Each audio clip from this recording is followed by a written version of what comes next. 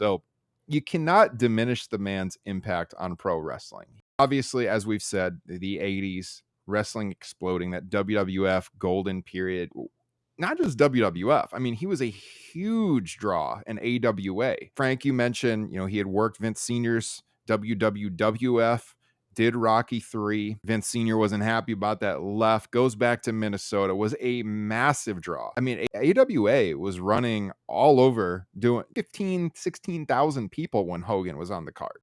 When he wasn't there, they weren't doing that kind of attendance, which shows his drawing power. And, Vince Jr. knew that this is the guy I can build this company around. And he was right. And he hires him back. January 1984 beats, it was like 6 days after I was born, actually.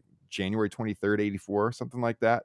He beat the Sheik in Madison Square Garden, just down the road from you, Frank. And I mean, so starts this boom period in pro wrestling. And he held the title for the better part of the next 4 years.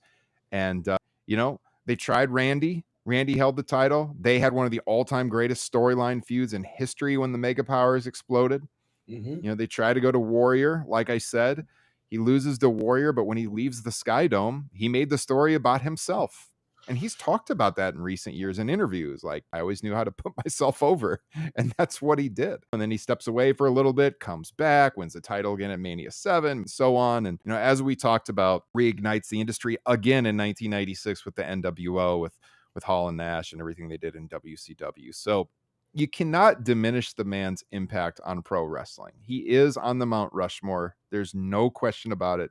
Anyone that would disagree with that, you could not take seriously as a wrestling historian or media personality. If you don't put Hogan on the Mount Rushmore, no matter what you think about him, you have no credibility. This is a guy who, in some ways, is a wrestling tragedy of his own doing, right? Because I feel like we can talk about, what happened over the last several years with Hogan and his legacy and everything. And I think that Hogan had a chance to redeem himself. I think we've seen wrestling fans so many times, like, who know wrestlers did awful things, forgive them, right? And I feel if Hogan, when the news came out that he had made the racist statements, if he had apologized, like, to the locker room in a way that was genuine, I think people would have welcomed him back. The problem was he didn't do that. So, on one hand, you've got Terry Bollea, the person who, as we've learned more about him over the last several years, has really driven a lot of fans away from him. And on the other hand, you got Hulk Hogan, the performer, who is undoubtedly one of the most important,